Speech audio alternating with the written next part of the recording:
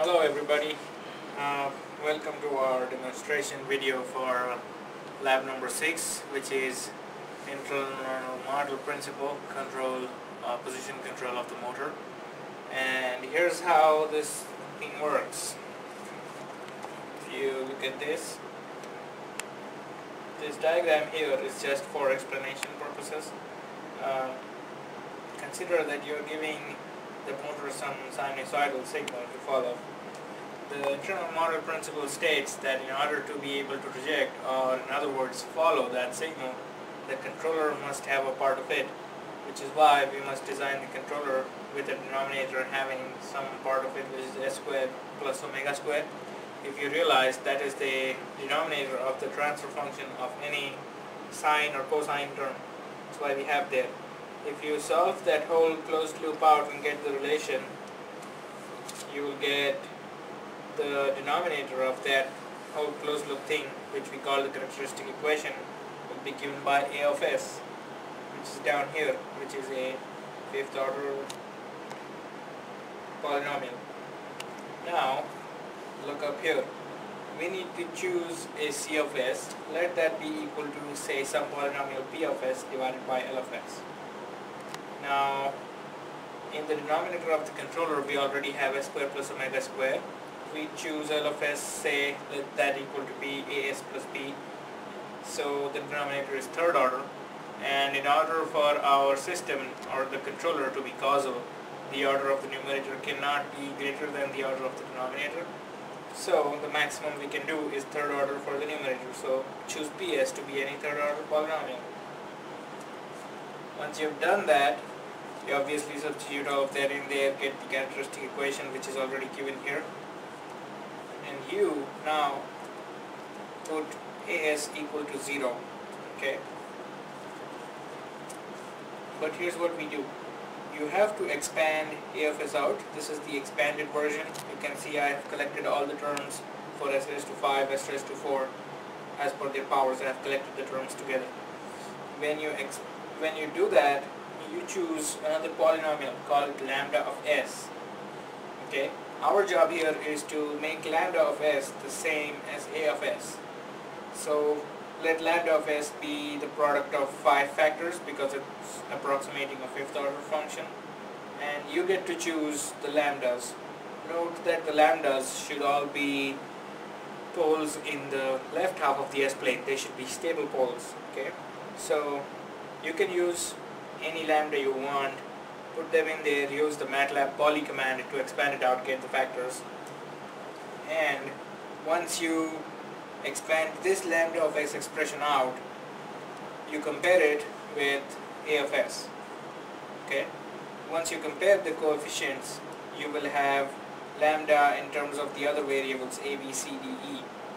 Well, then you put in different values of lambda and you solve for a, b, c, d, and e. Once you solve for those, you put that in this transfer function, get c of s, because c of s is nothing but p of s divided by l of s, and it also has this term in here. Omega is the frequency, that is 2 times pi times f, and that's it. Once you have compared lambda of s with a of s successfully, and you have all the coefficients by plugging in different values of lambda, you are ready to go. The thing to note though about this lab is the lambdas that you choose, they can be either complex or real or a mixture of both. With complex poles, you have to remember that they have to be in pairs. That is, one has to be of the form a plus bi, the other of the form a minus bi. You can test with different poles and find out what the effect is of different poles on your system. Some of them will give you bad results, some of them will give you good results. You may have to go a lot far deeper into the left hand of the s-plane, and so do not be afraid to try anything. What we do next is we have this diagram that we implement in Simulink. As you can see, the only difference between this and the previous lab is that the PID controller has got replaced by the IMC controller. The way we do this lab is we first put in a normal PID controller, ask it to follow a sine wave. It does not, as you will see from the errors. and then you increase the gains by a factor of 10 and it's, or 100 or whatever you choose, and it still does not, the error is still big. By this point you should be convinced that you need some other kind of controller to control this, which is why we go ahead and do all this math I said and get the internal model controller out. Then you plug the transfer function in and it starts controlling your motor, and you get a really small error. These are the plots from my previous experimental data. You can see the error goes down really small. Once that happens, once you have got this, you must give it a very small amplitude sine wave input, like one that makes your motor barely move. The movement should be noticeable by your eyes, but it should not be very fast or very large. It should just barely make the motor move. Once that happens, you will see a distorted sine wave in the output, and that plot that you get will clearly demonstrate the effects of friction, and that is what we want to observe in the end. So my friend Amin here now is going to show you how to do the other stuff, so have fun. Hello everyone. First we're going to do the PID controller, the normal one that we use on previous lab, Lab6. So you need just to take the values that the PID controller that worked good for you, because you work with different, with two PID controller, so you take the best one. In this case I took the controller that has a smaller damping factor, right?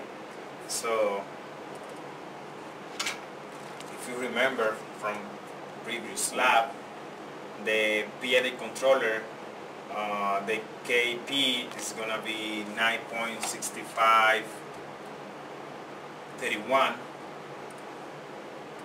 The KI is gonna be 9.5238, and for the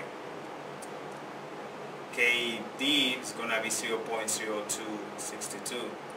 So after that you just run the program. Oh, remember, you need to change to a sine wave form.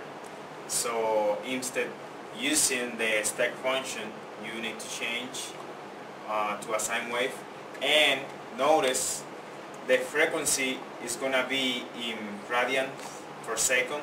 So you have to put the 2 times pi times the frequency, right? So we're gonna play with 2 frequency, 1 Hz and 5 Hz. So right now I'm gonna play with the 1 Hz, and then just build the same thing. Open the outputs that you have.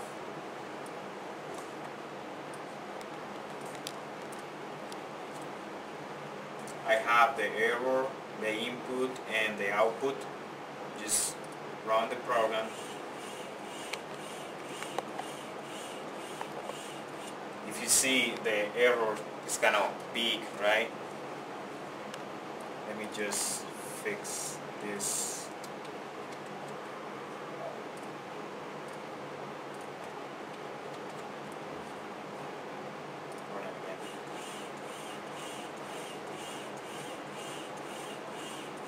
So in this part you have to play a little bit with the gains of the PID controller. So you have to increase